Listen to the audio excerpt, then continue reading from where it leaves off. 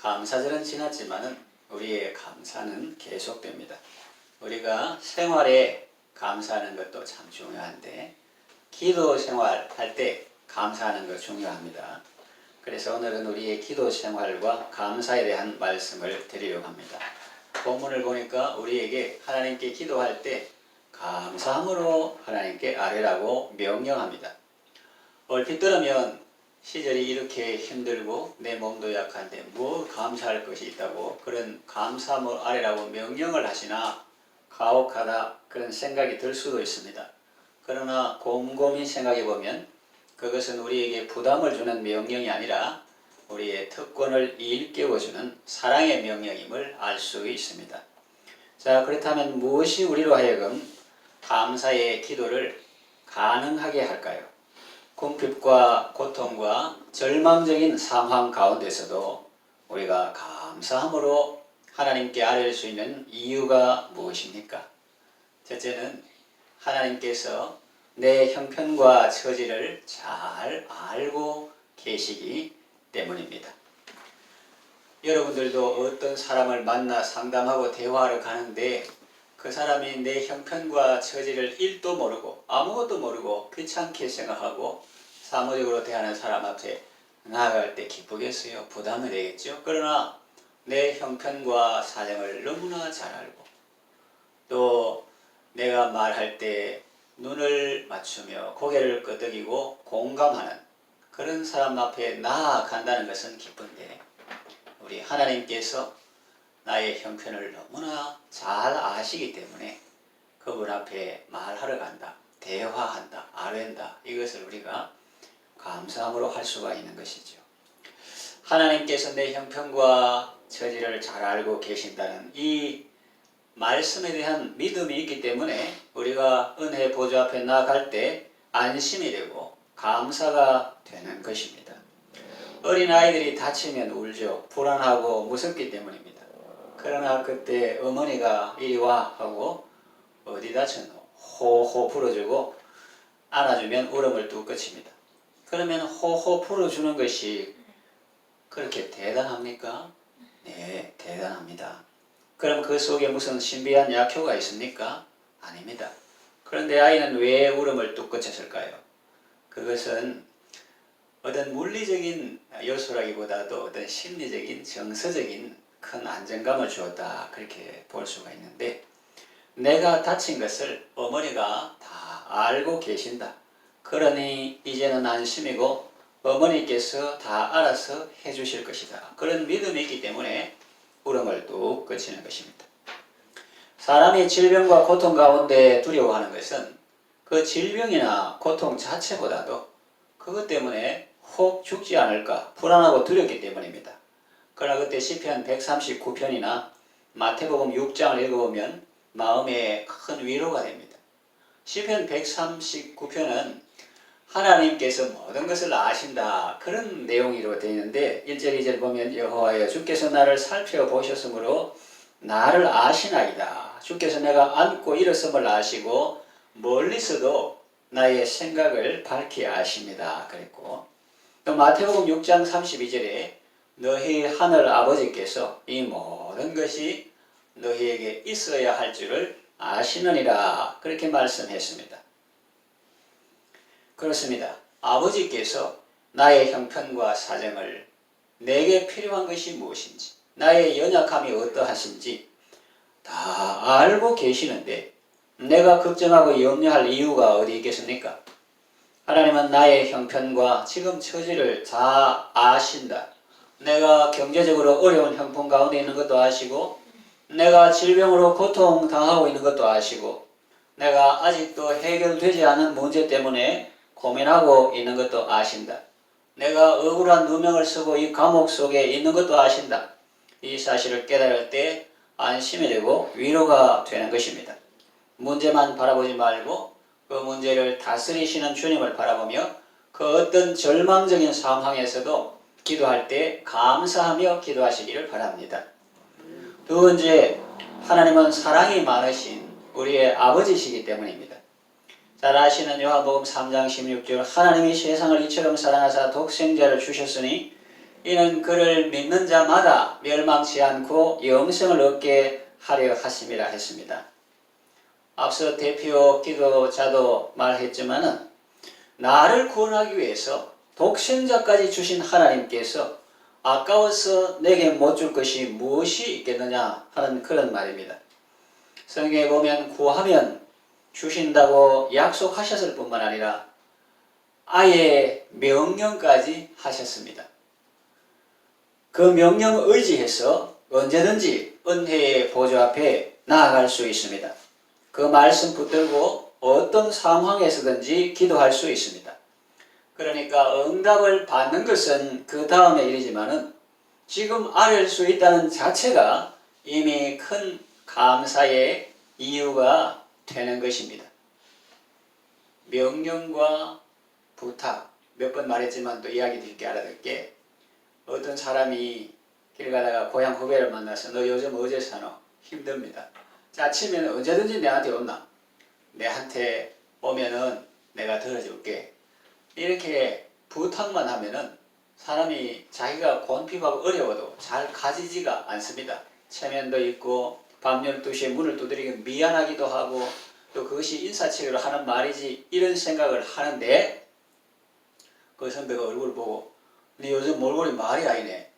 네 오늘 12시에까지 우리 집 앞에 당장 와. 알겠어? 안 오면 인간도 아니다. 이렇게 막 명령을 해버리는 거예요. 그럼 명령을 해보면 이 사람이 못 이긴 척하고 갈 수 있다는 거예요. 이게 하나님께서 우리에게 힘들면 기도 한번 해봐라 이렇게 한 게 아니고 구하라, 찾아라, 문을 두드리라 이렇게 명령을 하셨으니 이것이 얼마나 큰 사랑이냐 하는 것이죠. 그리고 그 사랑이 많으신 아버지 앞에 내가 잘 되는 것을 내보다 더 기뻐하시고 내가 안 되는 것을 안타까이 여기시며 보좌 우편에서 중보하고 기도하고 계시는 그 하나님이 사랑이 가득하는 것. 우리 사람의 몸을 입으셨고 또한 우리의 연약함을 다 체휼하시고 동정하시고 공감 능력 100%인 그 예수님이 기다리시는데, 그 은혜의 보좌 앞에 나아가는데 친정 어머니 만나러 가는 것도 기쁜데 그 아버지 만나는 것이 사랑이 많으신 아버지, 눈물을 글썽이며 공감하며 고개를 끄덕이며 힘주시고 위로하시는 그 아버지 앞에 아래로 가는데 사무적으로 무뚝뚝하게 아래할 수가 있습니까? 감사함으로 아래할 수가 있는 것입니다. 자녀의 입에서 나오는 말을 음악 소리같이 기뻐하시며 좋아하시는 아버지께 아뢰는데 어찌 설레지 않겠습니까? 그러니 여러분 기도하실 때 뭐 줘야 감사하지 지금 아쉬우고 아뢰는데 무슨 감사가 있겠노? 이러는 것이 아니라 예수님도 미리 오병이어를 기적을 일어나기 전에 미리 먼저 하나님께 축사하시고 믿음으로 아버지께서 은혜 베풀어 주신 것을 축사하시고 감사 기도를 하시고 무리에게 나누어 주셨고, 또 나사로가 무덤에서 살아나오기 전에 이미 하나님 아버지께 감사하고 나사로야 나오라 하신 것처럼 우리는 지금 내가 형편이 어렵고 힘든데 감사는 무슨 감사 이게 아니라 이미 하나님께서 내 형편과 처지를 잘 아시고 계시니까 너무나 그분 앞에 나가서 대화하는 것이 즐겁고, 또 그분은 자녀의 입에서 말 한마디 떨어지는 거, 어머니들 그렇죠. 자기 아가 기다가 이제 손잡고 일어섰다 하면 이모 삼촌 뭔가 다 전화해가지고 아주 그 자기 아들 그 이야기하고, 또 엄마 입 붙였다가 뛰면 엄마 아닙니까? 입 붙였다가 뛰면 엄마. 그러니까 이 세상에서 제일 빠르고 빨리 하는 말인데, 그러면 이제 드디어 이제 언어를 터득했다고 이제 막 자랑스러워하고 그렇게 하는 것처럼 하나님은 처음 있는 사람이 하나님 아버지 하면서 임대를 기도하면 정말로 기뻐하시고, 또 자식이 멀리 가가지고 전화할 때는 맨날 자기 돈 보내라 그거하고 다금하는데 부모의 마음은 조금이라도 더 이야기하고 싶다.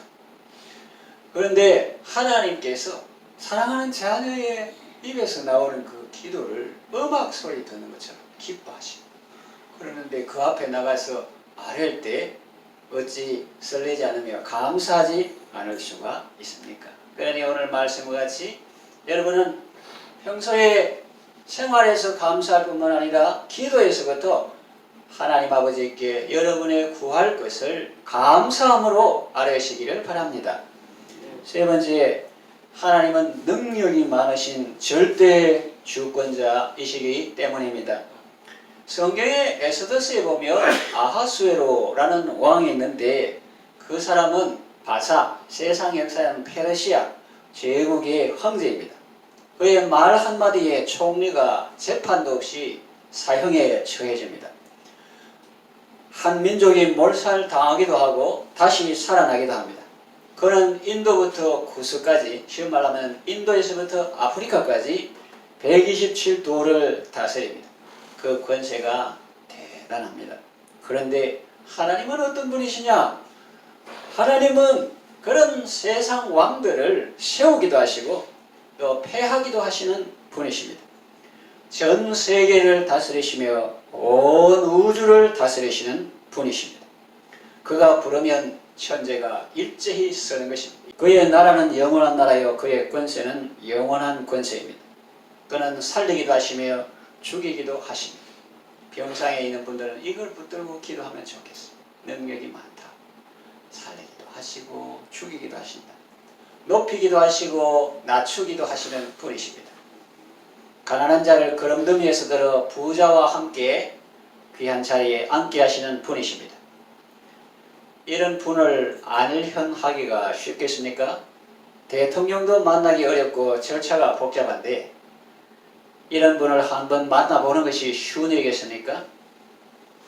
그런데 우리가 바로 그분을 만날 수 있고 내 사정을 다 알릴 수 있으니 얼마나 감사한 일입니까? 또 예수님은 어떤 분이십니까? 예수님이 말씀하시니 물이 변하여서 포도주가 되었습니다. 내 같은 이런 맹물 인생도 예수님의 말씀이 내 영혼을 한번 터치하면, 한번 때리면, 한번 빛을 비추면 완전히 포도주 같은 인생이 되겠구나. 예수님이 말씀하시니 눈먼 바리매오가 눈을 떴습니다. 예수님이 말씀하시니 죽은 나사로가 살아났습니다. 예수님이 말씀하시니 거친 바다가 잔잔해졌습니다. 그 바다만 그래요? 오늘날 사람들의 심령의 바다에 완전히 풍랑이 있는 사람이 있습니다. 그래서 쉬지도 못하고 잠도 못 자고 거친 바다가 있는데 그러나 예수님께서 평안하라, 잠잠하라, 내니 두려워 말라. 그렇게 함께 배에 오르시면 예수님을 내 인생의 배에 모시면 거친 바다가 잔잔해지는 것입니다. 그런 분한테 우리가 기도하고 있다. 지금 내가 기도하는 대상이 누구신지 나의 기도를 들으시는 분이 어떤 분이신지 알면 감사할 수밖에 없는 것입니다. 아무리 상황이 어떠하든지 우리가 하나님을 알고 기도할 수 있다면 그 사람은 행복한 사람입니다. 권세 능력 무한하사 모든 시험 이기고 풍랑조차 복종하는 내 주 앞에 비는데 어찌 감사하지 않을 수 있겠습니까? 넷째, 하나님은 신실하신 분이시기 때문입니다. 하나님은 반드시 약속을 지키십니다. 인간의 단편 지식으로 보면 하나님은 약속을 하시고 그 약속을 이루지 못하도록 역사하신다고 생각될 때도 있습니다. 요셉의 경우를 보세요. 하나님 때문에 존귀해지는 꿈을 꾸지 않습니까? 그런데 단편 지식으로 보면 하나님은 약속을 하셨는데 그 약속을 이루지 못하도록 거꾸로 역사하신다. 그런 느낌을 가질 수 있습니다. 다윗도 그렇지 않습니까? 근데 요셉이 총리가 되려면 종으로 팔려가면 되겠습니까? 어릴 때부터 합격하고 승진하고 명문고하고 인척 관계를 맺고 그래야 총리 결동발동하는데 어릴 때부터 종으로 팔려가면 그게 총리가 되겠습니까? 또 누명을 쓰고 감옥에 들어가면 되겠습니까? 또 다윗의 경우 그 사람이 권력의 중심에서 밀려나서 변방을 겉돌면 되겠습니까? 그러니까 지금 말하는 것은 인간의 단편 지식이라. 그래서 어떤 사람들이 예수를 믿다가 하나님의 전지의 지식을 안 믿고 자기 인간의 단편 지식을 믿다가 원망하고 불평하고 믿음까지 저버리는 그런 어리석은 길을 걷기도 합니다. 하나님의 생각은 사람의 생각보다 높은 것입니다. 사람의 생각이 요렇다면 하나님의 생각은 아주 높고 또 하나님의 길은 사람의 길보다 높은 것입니다. 하나님은 놀라운 방법으로 그 뜻을 이루시고 그 약속을 이루시는 분이십니다. 그러니 우리에게 고난과 역경이 있을지라도 그 역경은 오히려 하나님께서 우리의 모난 성품을 따듬어 주시는 좋은 기회가 되고, 역경을 통과하면서 지도자의 자질을 갖추게 되고, 결국 때가 되면 주 약속하신 모든 은혜는 내게서 이루어지는 것입니다. 하나님의 신실하심을 믿으니 비록 현실이 이해가 안 되고 벌어진 상황이 납득이 안 돼도 그 하나님의 신실하심을 믿기 때문에 믿음으로 감사할 수가 있는 것입니다. 그러니 여러분, 하나님 앞에서 기도하실 때 감사함으로 아뢰시기 바랍니다. 말씀을 정리하며 마칩니다. 감사는 풍요의 산물이 아닙니다. 환경의 산물도 아닙니다. 많다고 부유하다고 자동으로 감사 나오는 거 아니에요. 그런 가운데 살면서도 원망 불평하는 사람 많습니다. 감사는 환경의 산물도 아니고 풍요의 산물도 아니고, 그러면 뭐냐? 그것은 믿음에서 나오는 것입니다.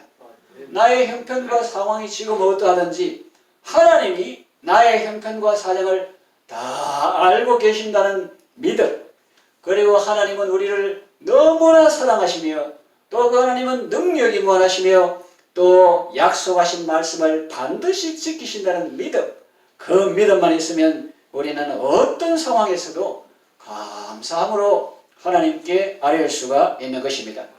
그러니 여러분, 모든 일에 기도와 간구로 구할 것을 하나님 아버지 앞에 감사함으로 아뢰는 복된 삶을 살아가시기를 바랍니다.